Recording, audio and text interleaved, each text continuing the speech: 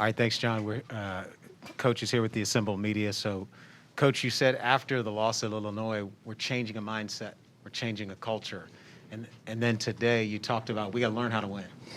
So it was gritty, 3 turnovers, a lot of different things, ebbs and flows, but simply is this team learning how to win?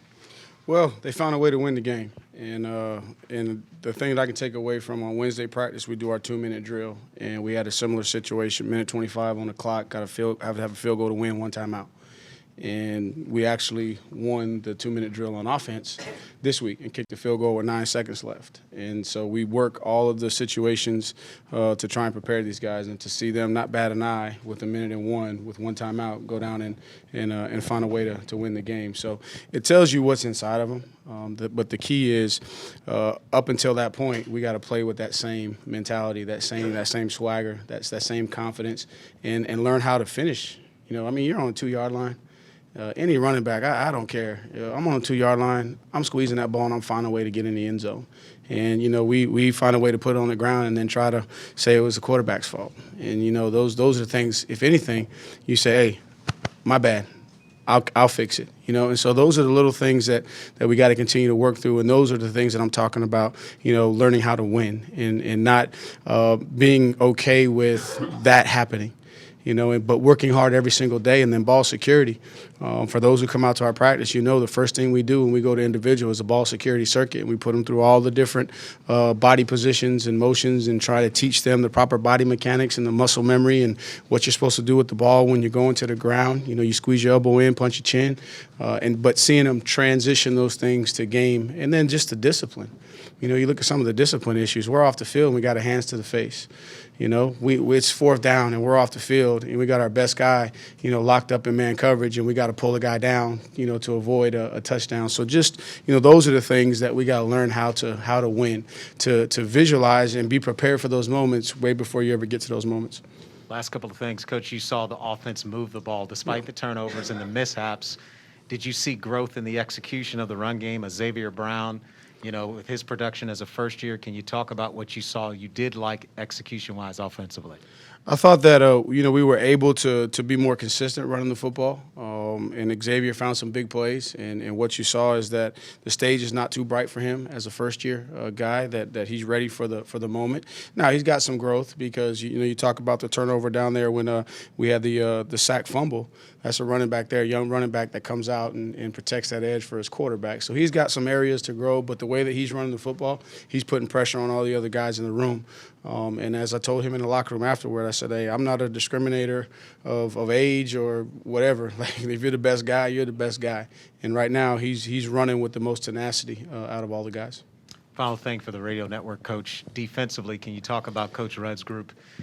Cam Butler and others, Aaron Falmouy putting pressure on Old Dominion's offense, and specifically the quarterback, making plays. But late in the game, obviously they give up the score. So overall, as you assess the defense, what you saw today from that side of the ball? Well, what you're seeing is they're playing with a more sense of urgency than maybe some of the guys on offense. They're playing together. You can tell that they trust each other. They believe in each other. And I think it's just taking a little bit longer on offense for us to develop that trust between all the different aspects, the offensive line, the backs, the quarterback, tight ends, and receivers. But we also put them in some tough situations. We kept putting them on the field, in tough situations, especially there at the end of half, wanted to be aggressive. I said I wanted to set the tempo right out the gate. I told them if we win the toss, we're putting the offense out there. We're not. I mean, we're gonna show some confidence, and you got to go fix it. You got to go get it right in the game, and we did. And then there at the half, use the timeouts to get us the ball back. And then we turn the ball over and put them in a tough position. And they can't. It's football. And that's a really good football team that we played. And some of their skill guys are probably going to be as good as we play. That tight end's a really, really good player. And if you keep, giving them opportunity, those are good coaches, they're going to find the one-on-one matchup, and, their guy made a play. Justin, David. Offense gained nearly 300 more yards this week than it did at Illinois, but you end up with 16 points. Do you feel like you left a lot of points or some points I'm out gonna on the be field. conservative and say we left 20 points, at least 20 points. You know, we're down inside the 5, inside the 10. You know, several times we fumble on the 2 going in, and so I'm being conservative because otherwise, and there's some other situations. The other turnover in midfield, you know, you say probably get 3. You know, you get 15 more yards, you get a chance to kick a field goal, and going in that direction, that's where Farrell's at his best. You know what I'm saying? Just want me to hit it? Hold on, I guess I'm trying out for the Aflac commercial, huh? But no, I feel being conservative that we probably left 20 points at least out there. And then the thing about it is you capitalize, right? You capitalize on those scoring opportunities. Then now, man, that just puts more pressure on their offense. And so then now their offense has to press a little bit, which now lets the defense, you know, have opportunities to get the ball back even more with them turning the ball over. So, yes, definitely felt like we left at least 20 points out on the field. Tony, speaking of Coach Saban's Aflac commercial, you have been in national championship games decided on basically the final play. But that's as an assistant coach. Right. What was today like, your first experience as a head coach? The game is decided in the final minute and literally on the last play. Actually, what was it was a little more nerve-wracking in 2016 on that drive because I was making the calls to get us in position as the head coach. I had to make the decision at the end, like, okay, Des, we got 16 seconds on the clock. Take one shot at the end zone, protect the ball. Right, let's not really put it in jeopardy. Let's go to our best player. If we don't get it, then we're going to center the ball and we're going to put it on the kicker and we're going to go try and win the game with the field goal. So that was more so, you know, my involvement in the past. When you're the play caller, it's a little bit different when you're trying to dial up all the plays to get you in position for the head coach to make the decision on whether to kick or go for it. Tony, at times today it felt like the offense was at its most productive when Brendan was maybe winging it a little bit. Now, we know he's really good. The receivers are really good. But you're new with him. Where's your confidence level in him winging it? Yeah, well, that's the challenge. Truth be told, because you know what we're installing is a little bit more, you know, detailed progression reads and a little bit more structure where he's used to just kind of freelancing. And you know, part of it is too we up front we're not where we need to be in what he's had in years past. In particular, last year where he had veteran guys that could give him as much time as he needs for guys to pop open. But hey, I feel good with him as a football player, and that's what I was telling him on the sideline. I was like, let's not make it too complicated, right? Just play football. It's just football because at the end of the day, plays are plays, right? They're very similar. We just have a little bit different terminology. We are asking him to do a little bit more from a game management standpoint, and that's areas where he has to grow. And what I would like to see him do as instead of trying to buy a little bit extra time to force the play, throw it out of bounds. Like we're coming out when we rolled out. Back it was going in that direction. I must have been in the first half. We had a sprint out. We had a busted assignment on the outside, right? Throw the ball away, right? Don't try and be a hero. Don't freelance. And that's the time right there where I don't want him to wing it. But then there's other times that you want him to play. So what I have to do is, and Deshaun and Trevor, they had that in them too, to be able to kind of just make plays. So it's a slippery slope. Like I can't take that away from him, but at the same time too, I want to help him so that he doesn't put himself in a bad position as well. Zach, then Brad, then Greg.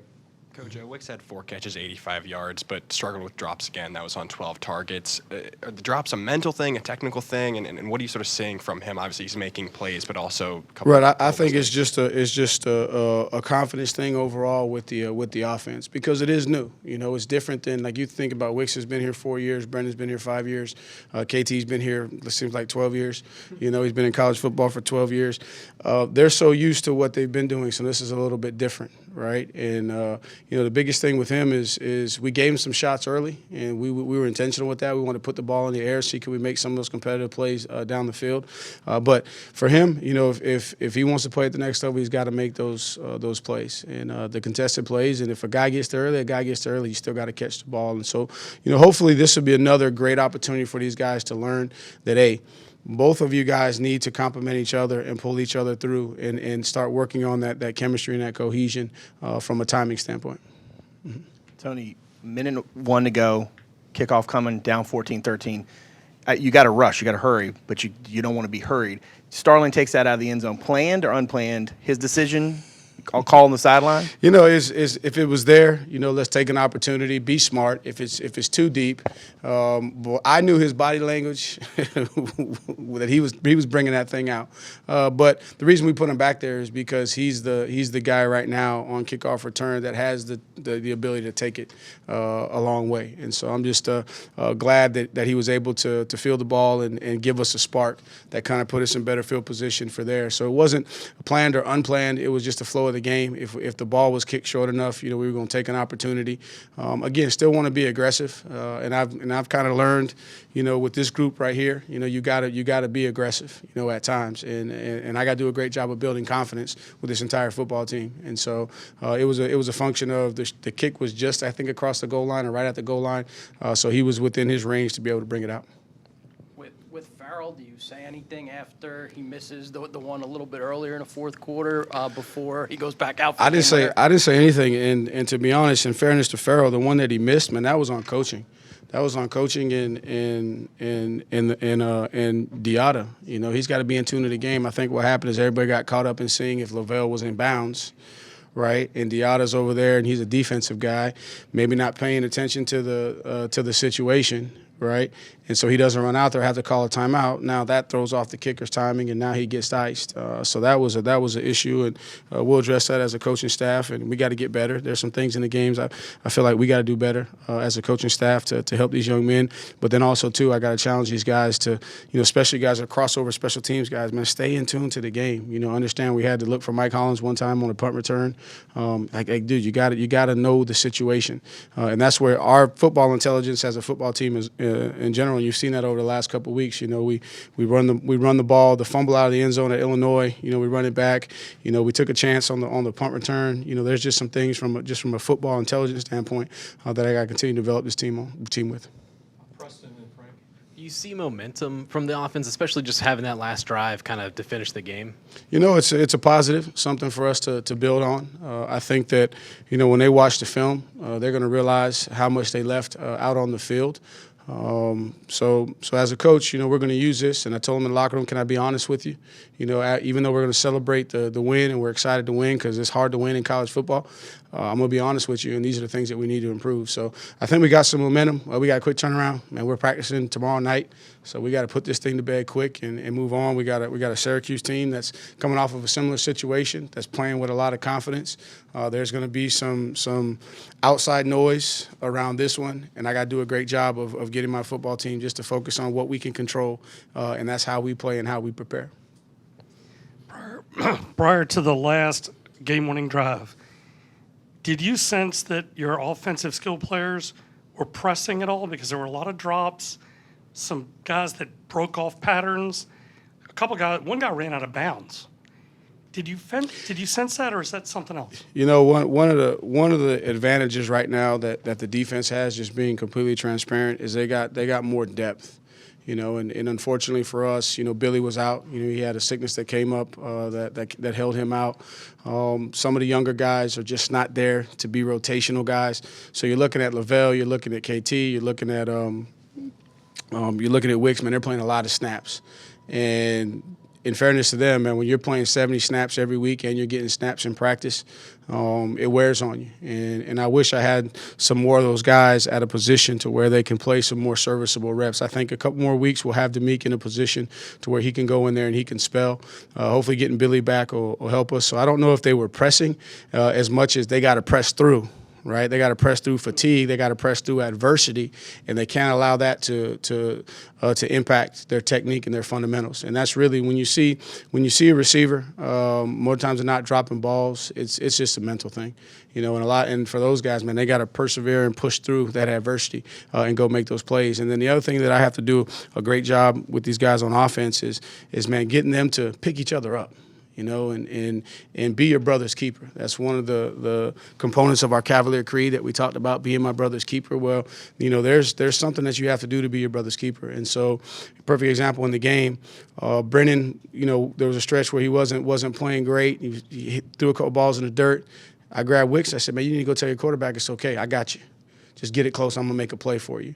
And that's the area I think when the guys grow in that area, then you're gonna see, kind of some of the cohesion that they had in the past. But it's taken a little bit of time for us to get there with the passing game.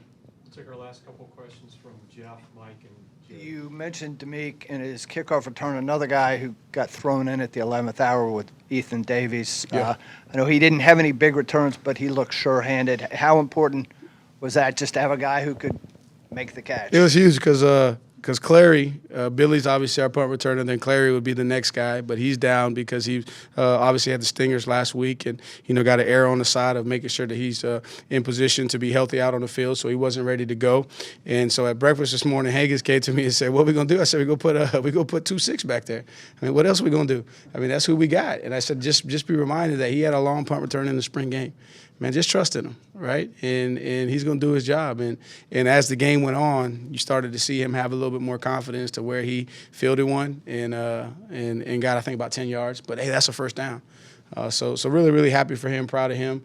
But it's just something that, from a coaching standpoint, we all have to make sure that, man, we stay confident with these guys, man, show these guys that we believe in them. And so that was some of the aggression that you saw today, is just showing these guys, man, I believe in you.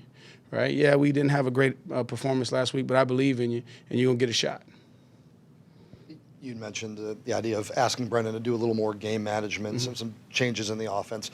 He expressed some frustration just about the point total, that he's used to putting up more. Right. How do you coach that side of him, the don't be frustrated based on the numbers or the final score kind of thing? It's just through conversation and letting him express kind of where he is, and then also telling from my perspective and ultimately where he's trying to go.